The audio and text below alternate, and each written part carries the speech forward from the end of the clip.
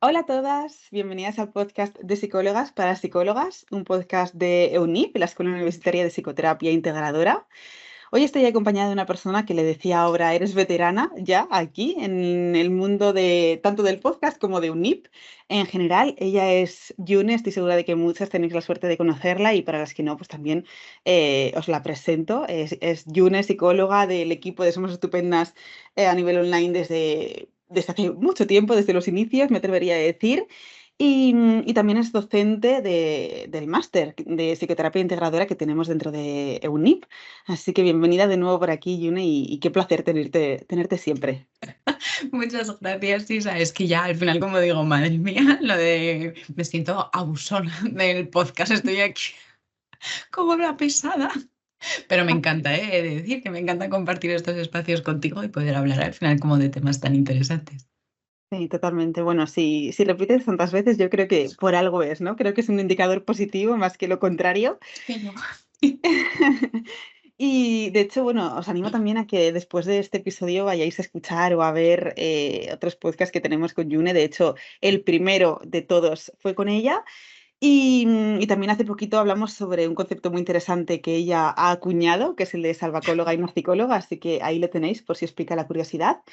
Y hoy en concreto vamos a hablar de un tema, bueno, muy difícil, muy duro, pero muy necesario también tener información sobre ello, y es intervención en ASI, en abuso sexual infantil, en el momento de la adultez.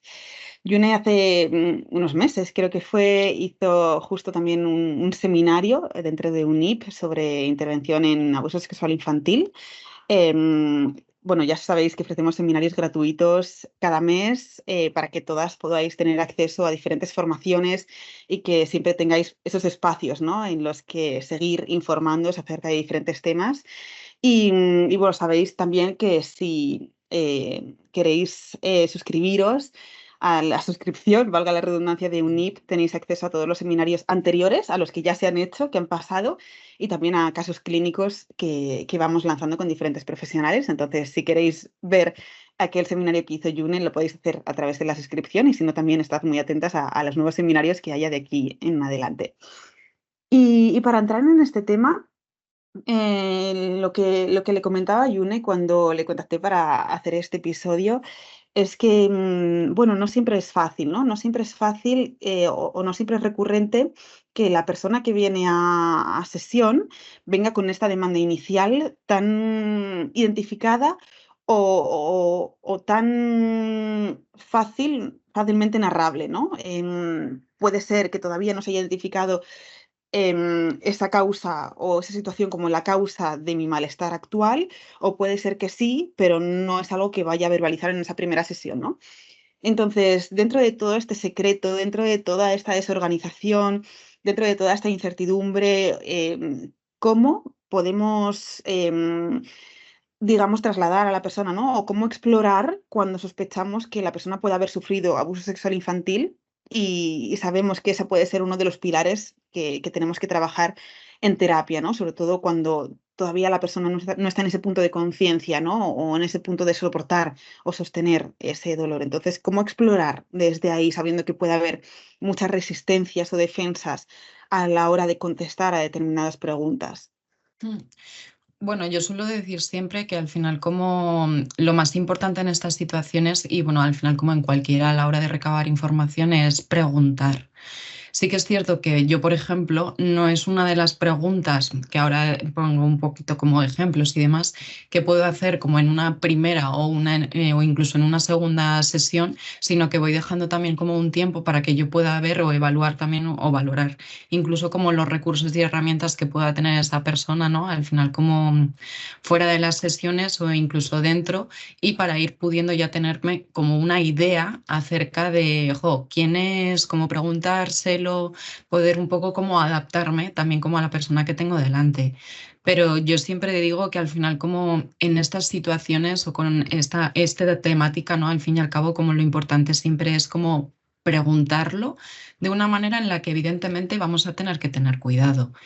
Las preguntas pueden ir en torno al final como a si alguna vez ha sentido, por ejemplo, que su cuerpo ha sido tocado de una manera que le haya podido incomodar o incluso si ha sentido que ha habido como alguna mirada que le haya podido sentir, o sea, hacer sentir como algo de malestar o incomodidad, e incluso en ocasiones para poder evitar o poder cuidar un poco como esa parte de conflicto de lealtades, ¿no? Si es algo que pues, ha podido producir dentro de la familia, para poder cuidar un poco como a esos protectores que seguramente puedan estar haciendo la barrera de la evitación, ¿no? Siempre puedo añadir a veces como el con buena o con mala intención, ¿no? He podido al final como sentir la incómoda mirada, por ejemplo, como de mi hermano, pero no creo que sea con mala intención, ¿no? Por ejemplo. Entonces, bueno, ahí ya nos están dando como ciertos matices del que podamos al final como ir tirando para poder ir recabando como esa información de manera al final como cuidadosa o respetuosa. A veces incluso como haciendo un poquito como la línea de vida y demás, me gusta introducir también como las primeras experiencias con la parte al final como más sexoafectiva, ¿no? Incluso como en etapas que puede ser como algo más natural, la autoexploración de cómo al final como si tiene algún recuerdo o alguna al final como de, oye, me han pillado, ¿no? Esas primeras veces, a veces incluso como con vergüenza o cómo lo cuenta, para poder ir cogiendo esos matices de información y de datos que te pueda dar como para poder al final como seguir explorando. Y a veces lo pregunto directamente, ¿no? Cuando hay algo al final como que dices, "Ugh", les pregunto, ¿no? Oye, ¿esto que te ocurrió a esta edad o esto que me estás contando ahora, lo has vivido como un abuso?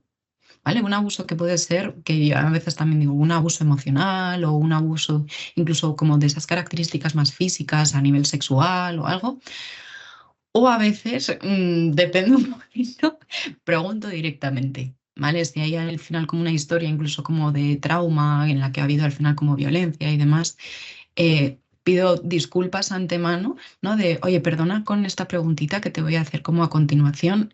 Tienes todo el derecho del mundo para no sentirte lo suficientemente cómoda para poder contestarla o lo que sea, ¿vale? O sea, yo siempre les doy como el poder de elección para que, joder, es al final como su vivencia y su experiencia, y creo que lo más importante también en Así es que lo cuenten cuando están al final como preparadas y preparados, ¿vale? Que al final como la elección es algo que al final como se les ha quitado, entonces como el poder dársela en ese momento creo que es como principal, ¿no? ¿Y alguna vez has sufrido algún tipo de violencia o de abuso psicológico, emocional, físico o sexual, ¿vale? O sea, puedo englobar las tres, pero también como meto la parte sexual, ¿vale? Para que pueda.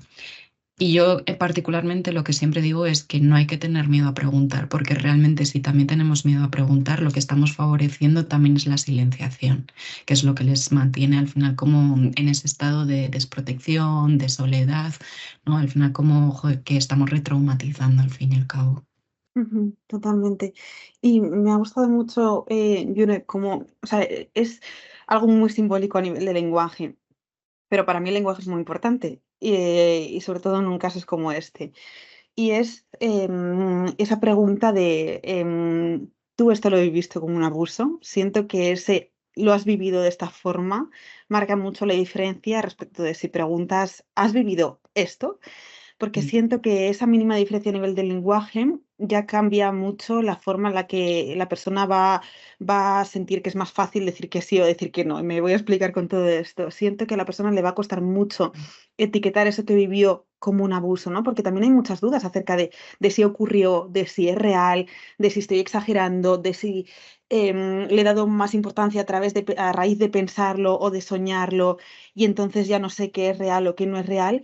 Entonces va a costarle mucho a la persona sentar cátedra, ¿no? O dictar esa sentencia de sí, esto que yo viví es un abuso, ¿no? En cambio, cuando cambias esa frase, ¿no? En la que etiquetas eso que viviste como un abuso, y lo que das a entender es que lo importante es cómo lo viviste tú, siento que ya de alguna forma pueden, digamos, como saldar, ¿no? O saltar esa defensa, porque lo que realmente importa no es tanto si es o no un abuso, ¿no? O esa etiqueta, o lo que tú crees que es un abuso o que no, ¿no? Porque también aquí hay una conceptualización a veces muy ambigua de lo que es un abuso, y entendemos que un abuso sexual en nuestro imaginario es esto, y todo lo que mm, salga de ahí, quizá ya no lo es tanto, ¿no? Quizá hay personas que piensan que me toquen aquí un poco por encima del pecho no es un abuso. Eso Porque un es, abuso, lo que yo tengo entendido es que es penetración, me lo invento, ¿no? Entonces es como que eso es. no van a dar ese valor a lo que les ocurrió. En cambio, si tú dices, vale, pero tú este tocamiento encima del pecho, lo viviste con esa sensación de abuso, entonces siento que para la persona va a ser más fácil decir que sí o no, o adueñarse de su propia experiencia y también dejarse, sí, adueñarse de esa experiencia, digamos, ¿no? O poder al menos verbalizarlo y seguir explorando. Y ya luego vendrá esa parte de poder sostener esa etiqueta o lo que sea, pero ese matiz quería comentarlo de la pregunta que hacemos o de cómo preguntamos o de cómo exploramos en ese primer momento, porque siento que es muy importante, ¿no? Hablar desde ese cómo lo viviste, ¿no? Y si esta es la forma en la que lo viviste, entonces ya está, no hace falta discutir si es o no Nada un más. abuso, ya eso es otra cuestión, ¿no?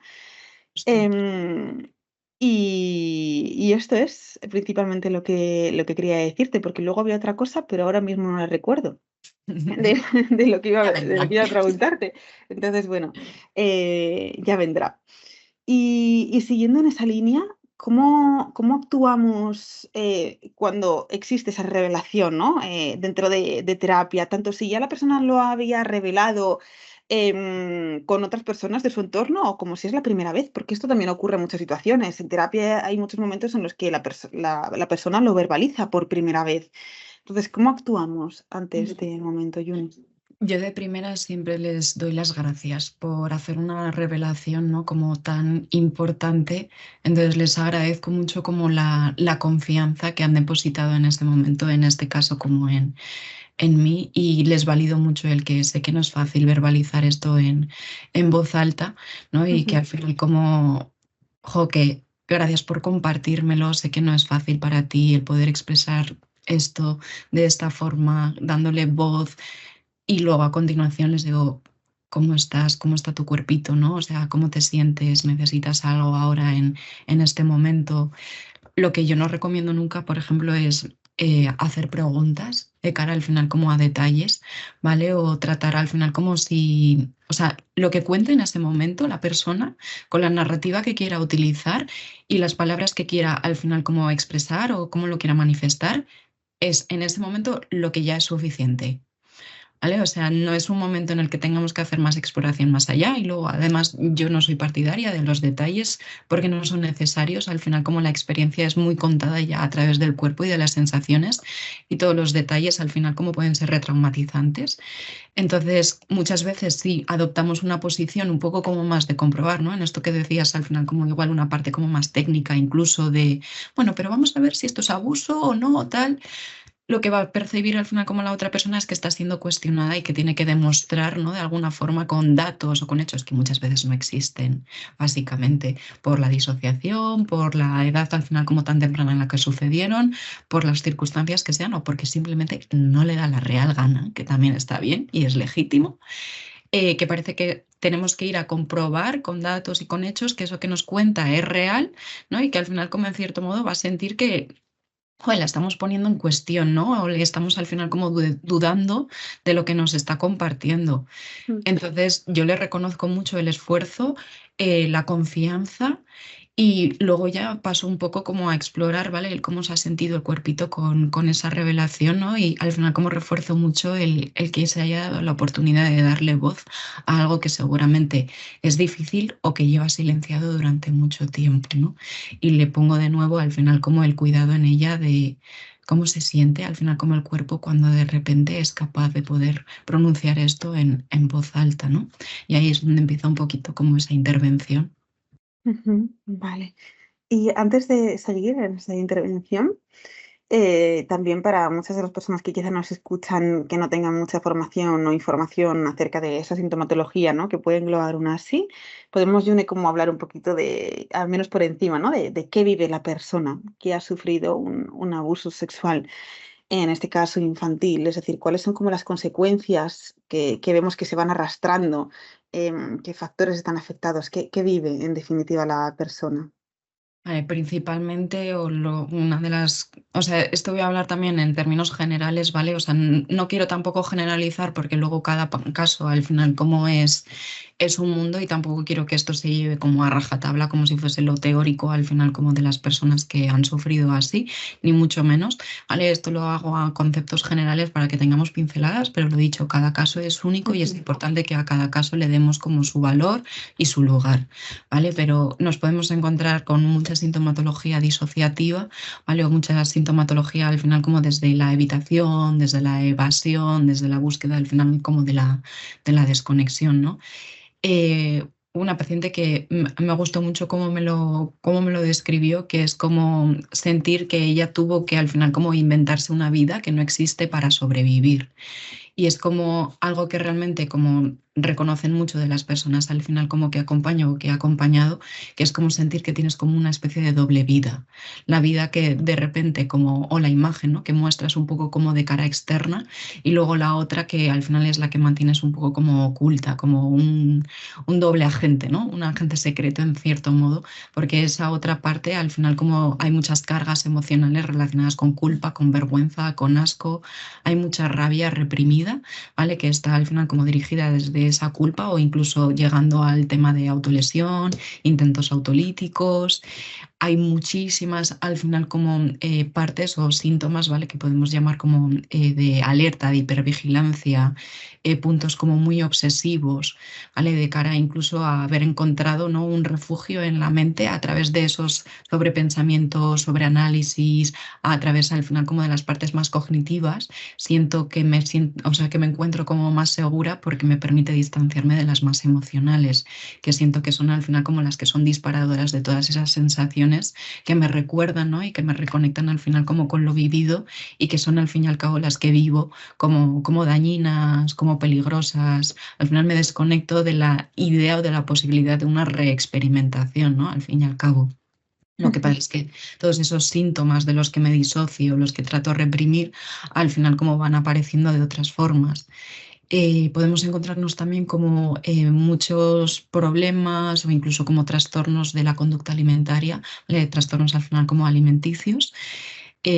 También puede haber como mucha trastorno límite de personalidad, por ejemplo, muchas enfermedades autoinmunes, ¿vale? Al final como todo el tema estomacal, todas las partes al final como un poquito también de artritis, artrosis, las migrañas, ¿vale? Como muchísimo.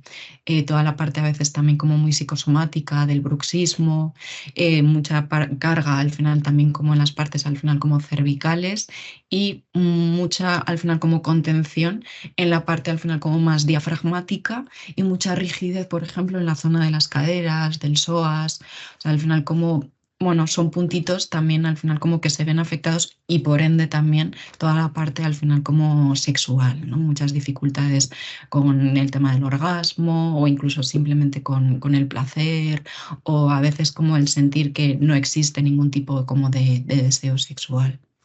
ujú.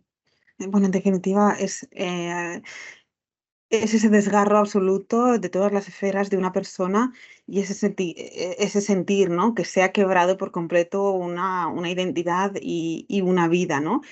Y de alguna forma siento que en parte va a ser así, ¿no? Porque sabemos que hay heridas que no pueden curarse, y creo que esta es una de ellas, ¿no? Otra cosa es que, por supuesto, no pueda acompañarse, no pueda trabajarse, no pueda transitarse, no pueda elaborarse, pero bueno, es una herida que siempre estará. Entonces, ¿cómo hacemos, no? Este acompañamiento? Es decir, ¿qué tenemos que tener en cuenta a la hora de acompañar a una persona que ha sufrido un abuso sexual infantil? Entiendo que también hay momentos a lo largo del proceso, incluso cuando ya ha verbalizado, ¿no? O ya hemos puesto encima de la mesa que ha existido esta realidad, puede haber momentos a lo largo del proceso, quizá, en los que trate de volver a esconderse, ¿no? En los que esa parte que ha tratado de proteger, esa parte como más defensiva, vuelva a ejercer su trabajo y diga, no, estábamos mejor antes. Entonces, ¿qué tenemos que tener en cuenta de cara a este proceso? ¿Qué esperarnos por parte de ese proceso? Y ya luego pues vemos de qué forma podemos acompañar. Sí, bueno, al final como cualquier proceso terapéutico no es lineal, ¿no? Y al final como es subidas, bajadas, vueltas de dobles o lo que sea. Y bueno, al final como Bueno, no sé si en estos casos es que al final, como en todos, una de las cosas que yo, por ejemplo, como más trato de cuidar es el Ujú, vínculo terapéutico que me parece que marca una diferencia absoluta en cuanto a cualquier tipo de proceso, al fin y al cabo, ¿no? Pero tengamos en cuenta al final también el ASI, ¿no? Que ya muchas veces, e incluso como hay personas que nos pueden compartir en muchas ocasiones que ya no les duele tanto al final como el abuso en sí, sino todo lo que vino a continuación, ¿no? Que pueden llegar a ser como desprotección principalmente, si no hubo nadie al final como para ellas o para ellos, mucha soledad. Mucho abandono, ¿vale? O incluso si hubo algún tipo al final como de acción y demás, los duelos, porque al final como incluso cuando se da dentro de la familia, ¿no? Existen esas pérdidas de vínculos donde parece que luego es como un posicionamiento, ¿no? Como Romeo y Julieta de familia contra familias y rupturas, ¿no? Al final innegables de vínculos de apego. Entonces, toda la parte de lo que tenga que representar el vínculo terapéutico, ¿no? De ser la base y el refugio de apego seguro para la otra persona es algo que nos tenemos que trabajar durante todo el proceso, ¿no? Y me parece como algo muy, muy clave para que cuando se den al final como esas particularidades que has mencionado, ¿no? De esa parte que dice, bueno, estábamos mejor antes, ¿no? Al final como también incluso la persona se sienta como tranquila pudiendo compartirlo, ¿no? Y que pueda expresar al final como libremente esos miedos que se le despiertan. Al final es como, ¿cómo no van a tener miedo, ¿no? Si es sentir que he vivido durante toda mi vida dentro de una cueva y ahora de repente voy a salir al mundo exterior, ¿no? Donde me da la luz, donde me da el aire y donde se me ve. ¿Vale? ujú, Entonces, al final, como tenemos que cuidar mucho también la manera en la que describimos cómo es el mundo, ¿no? Al final, como tratando de no engañar del todo para que el mundo no tiene por qué ser un lugar seguro, lo que podemos construir es un micromundo de seguridad, ¿no? Y al final cómo dotarle de herramientas para que poco a poco podamos identificar lo que puedan ser como vínculos lo suficientemente seguros, ¿no? Lo suficientemente al final como respetuosos, cuidadosos, de apoyo y demás. Y al fin y al cabo se basa mucho como en esa parte de empoderamiento, ¿no? De dar voz y de elegir en vez de todo el rato esperar a que me elijan, ¿no? Yo digo mucho lo de ser actriz principal de mi propia vida en vez de ser como la actriz secundaria a la que le pasan cosas y ella al final como se va ajustando un poco como a lo que va viniendo.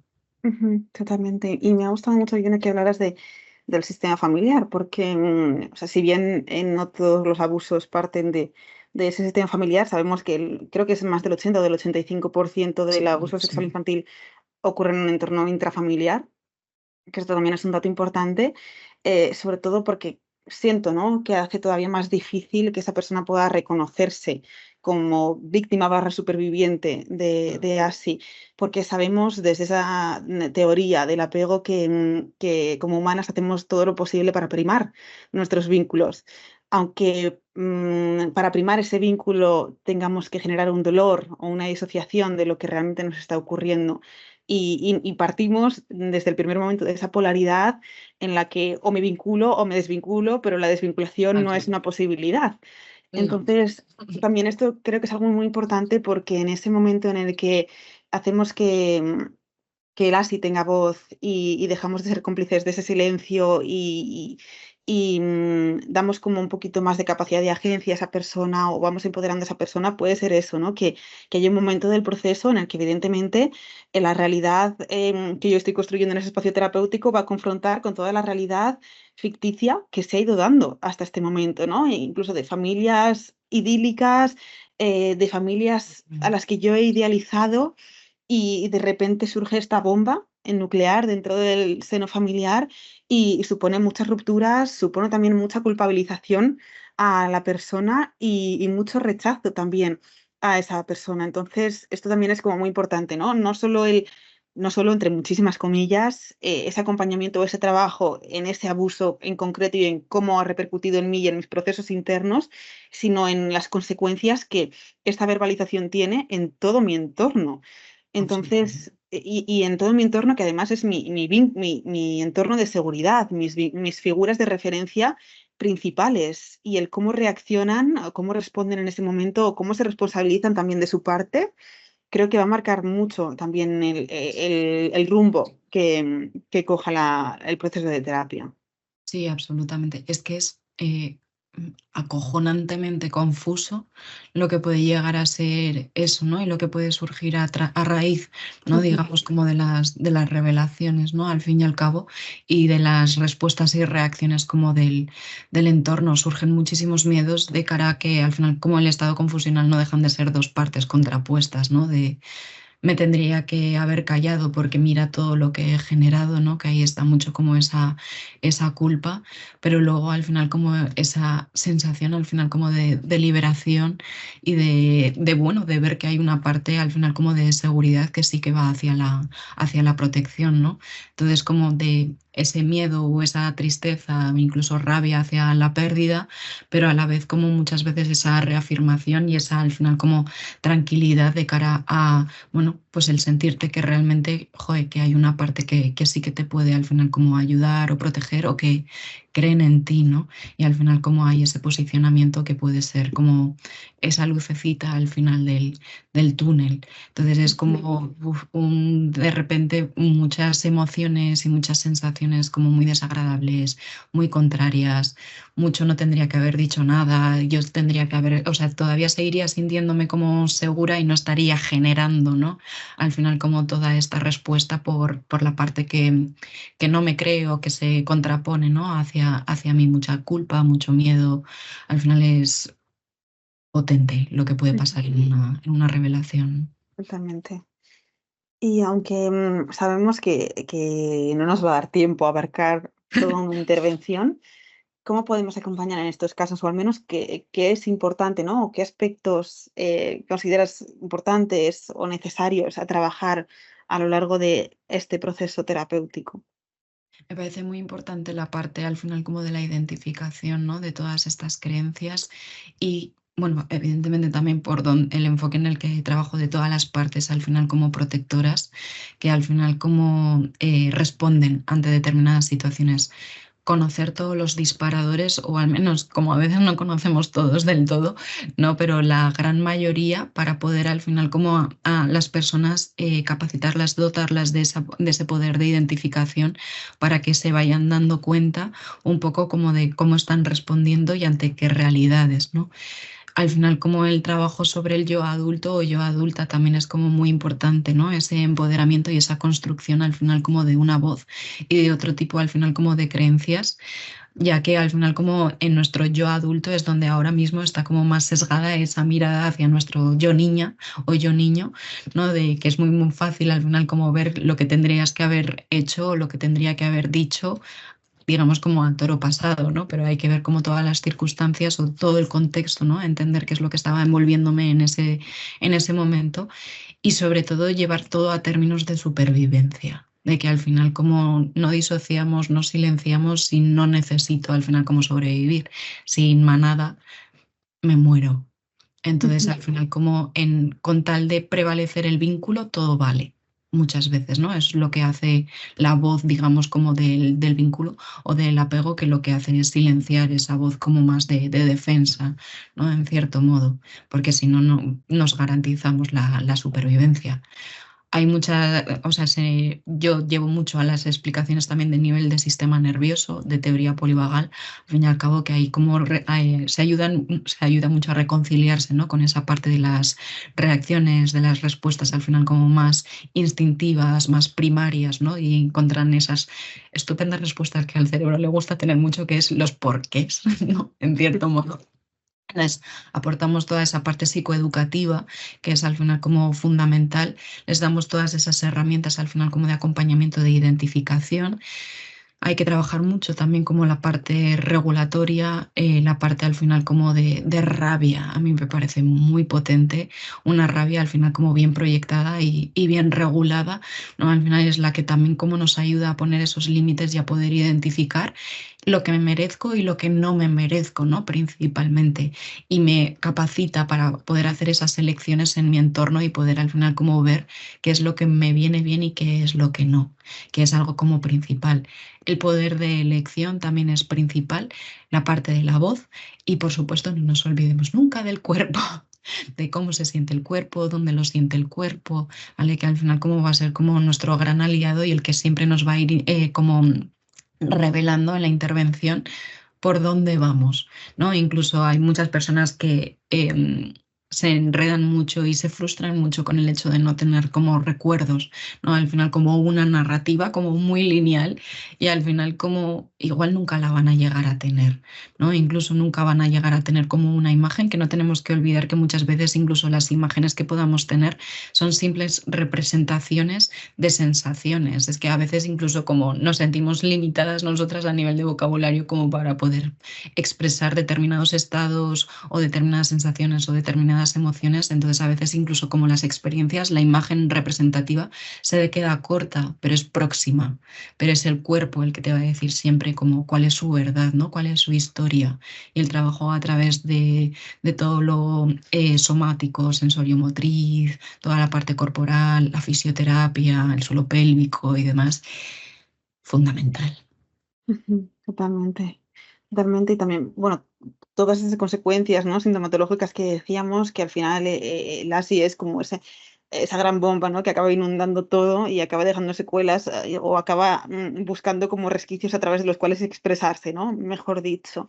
Esa manifestación a través, por ejemplo, del TCA, ¿no? De cualquier tipo de trastorno de la conducta alimentaria, que es como algo súper comórbido dentro de un abuso sexual infantil o incluso de sustancias, o sea, cualquier cosa que pueda parecer problemática, que realmente solo es una forma más de expresión de todo eso que está silenciado, también es importante verlo, ¿no? Está claro que a medida que se vaya trabajando en ese abuso sexual infantil, que se le vaya dando voz y que por tanto quizá ya no necesite tanto expresarse a través de otras vías secundarias o de otras puertas traseras, Justo. eh, irá bajando, ¿no? La intensidad de toda esa sintomatología digamos, secundaria, pero también es importante, ¿no? Poner ese foco ahí, incluso también en las relaciones que se puedan estar estableciendo, porque puede ser que la persona que venga a terapia esté en un vínculo de pareja, ¿no? Y cómo Mm. está eso, pues, trasladándose a nivel afectivo, a nivel sexual, a la relación que se está construyendo, porque también siento que o algo que yo he visto así como muy por encima es que en estas relaciones afectivos sexuales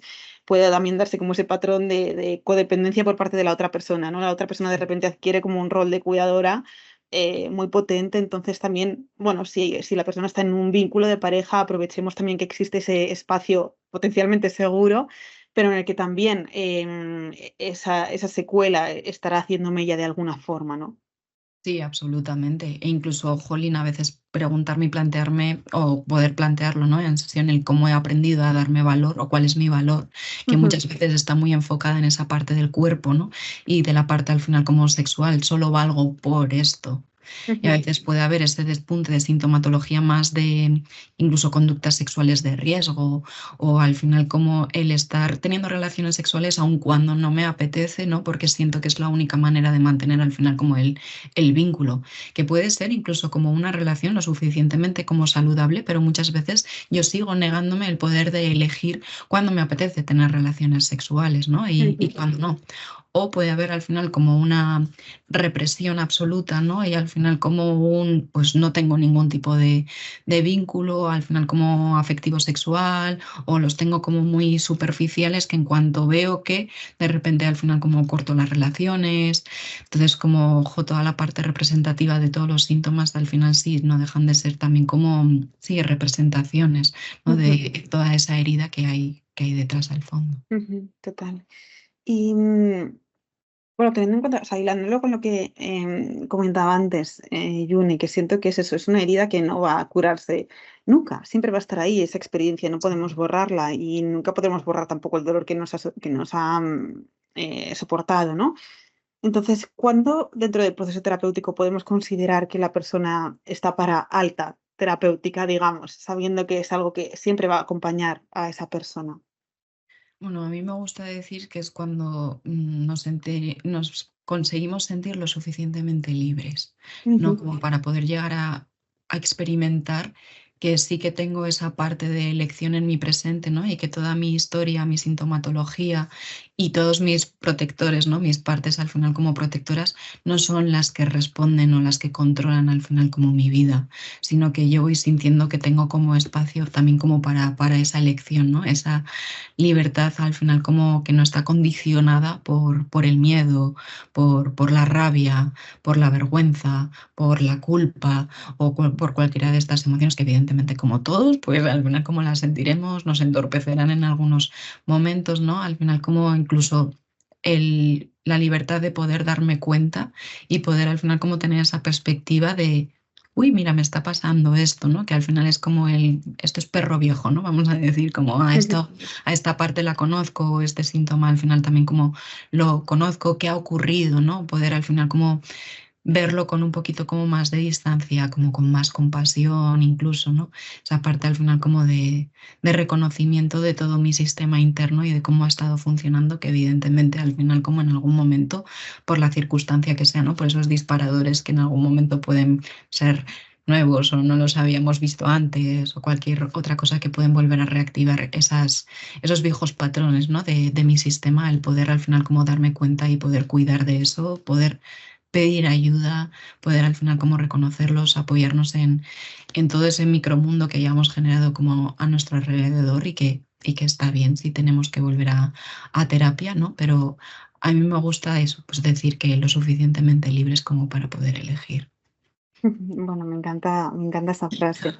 Y además creo que es como un momento también muy bonito quizá del proceso terapéutico, porque, bueno, sabemos que muchas veces cuando vamos a terapia, sobre todo cuando se va a terapia por primera vez, ¿no? La persona viene también con una expectativa, bueno, Mm. un poco desajustada, ¿no? O quizá un poco alta, o quizá pues lo que quiere, bueno, de una forma muy natural es dejar de sufrir.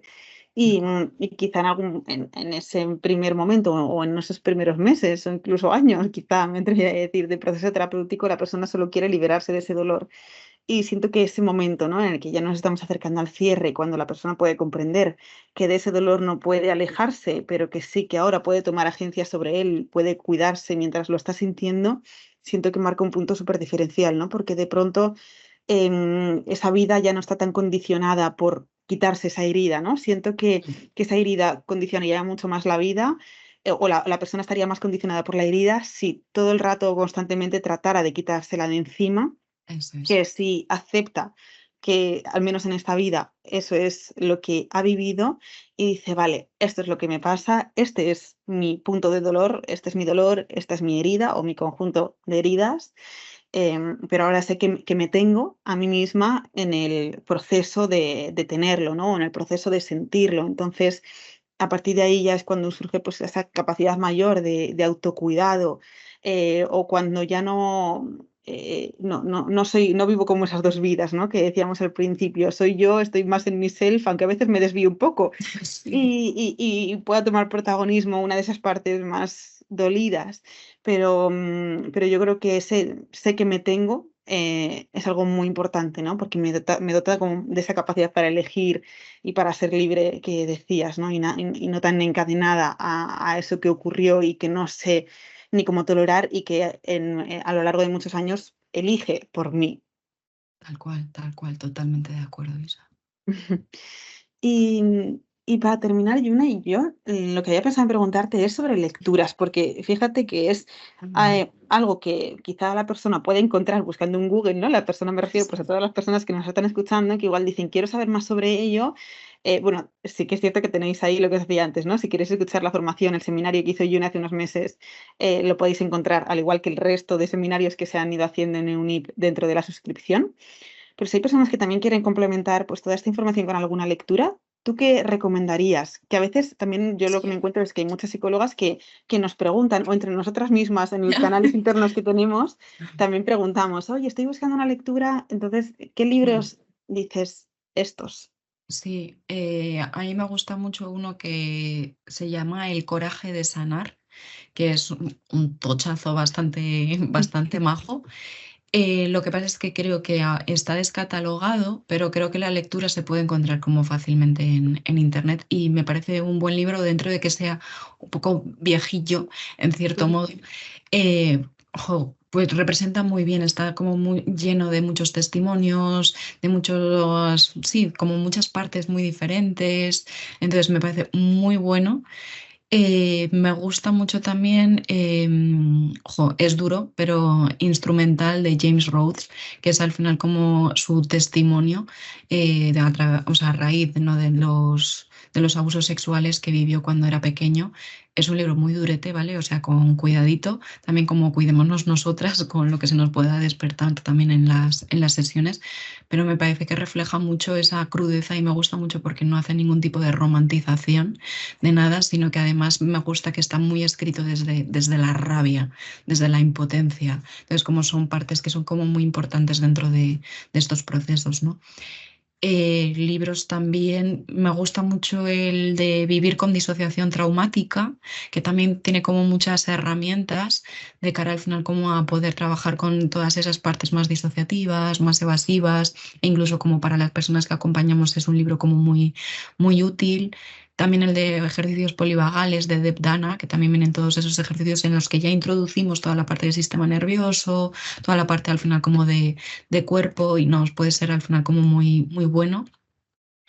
Y creo que también los de Manuel Hernández, de apego y psicopatología, el de la ansiedad y su origen, es que, aunque hable de ansiedad, es que me parece un libro, es que yo amo ese libro. O sea, explica todas las bases del apego, o sea, a mí me dio una perspectiva también a nivel cerebral, neurobiológico, cómo funciona todo, habla mucho de todo el sistema al final, como de las emociones, cómo responden, y creo que a nivel como de base nos genera como mucha información muy importante que tenemos que tener en cuenta tanto en procesos al final como de así como en cualquier otro. Más o menos. Ahí ya hay material, yo creo que más que suficiente para tener como más información acerca de esto. También gracias, Gine, por, Nada. bueno, por esta parte. Y yo creo que, aunque, bueno, como siempre me pasa, podríamos hablar mucho más acerca de este tema bueno, y lo merecen realmente, ¿no? Porque, o sea, el así es algo tan complejo que acaba entramando tan, tantas esferas vitales y que acaba llegando tan hondo. O sea, siento que es algo en exceso complejo como para poder hablar de ello en un tiempo tan reducido como es este, pero yo creo que como siempre pues hemos aportado esa semillita que invita a conocer más, que hemos hablado también de algo muy importante para mí que comentabas al principio, que esto es lo que se me había olvidado al principio, que iba a dar dos Dilo, feedbacks, dilo. pues lo digo al final, que es ese no ser cómplices del silencio, ¿no? Que decías, a veces tenemos miedo de preguntar o de explorar y sin querer acabamos también retraumatizando desde ahí, desde la evitación, desde el miedo y desde el concebir a los pacientes a veces como, bueno, como un cristal, ¿no? O como una porcelana. Y esa persona o esa paciente o ese paciente ha estado soportando, sosteniendo ese dolor durante años y aunque hay una parte que quiere seguir manteniendo eso a raya y bajo control, porque tiene miedo pues, a todo lo que se va a disparar cuando lo verbalice, hay otra parte que necesita y quiere poder poner palabras y gritar a viva voz todo lo que lleva silenciando durante años. Así que seamos también mm, cómplices, ¿no? De esa parte que quiere gritar, que quiere chillar con rabia, con dolor, con tristeza. Y aunque entiendo que como terapeutas a veces podemos tener miedo a explorar porque no queremos hacer daño a esa persona, a veces también tenemos que saber que ese dolor, al contrario, va a ser más cuando no hablamos de lo que la persona necesita. Que sea visto, que sea hablado, de lo que sea pensado, ¿no? Así que esto creo que también es muy importante y creo que también le hemos podido dar mucha voz aquí. Y bueno, como siempre, gracias, Yune, por todo lo que has ido aportando. No, no, gracias a ti, Isa, también por tus aportaciones y por tus tan valiosas preguntas, ¿no? Y todo el acompañamiento. También te lo agradezco mucho.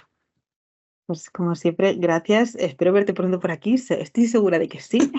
Volveremos. Si no, a Yune ya sabéis que la podéis encontrar también en el máster, que dentro de poquito empezamos con la segunda edición. Sí, estaba mirando la fecha de Sí. publicación de este podcast y dentro de muy poquito, así que también podréis encontrarla allí y seguro que dentro de muy poquito por aquí de nuevo hablar de cualquier otra cosa. Sí. Así que bueno, gracias también a todas las personas, como siempre, que estáis al otro lado, compañeras de profesión, ¿no? Escuchándonos y acompañándonos. Y nos escuchamos, vemos en el siguiente episodio la semana que viene. Gracias y un abrazo.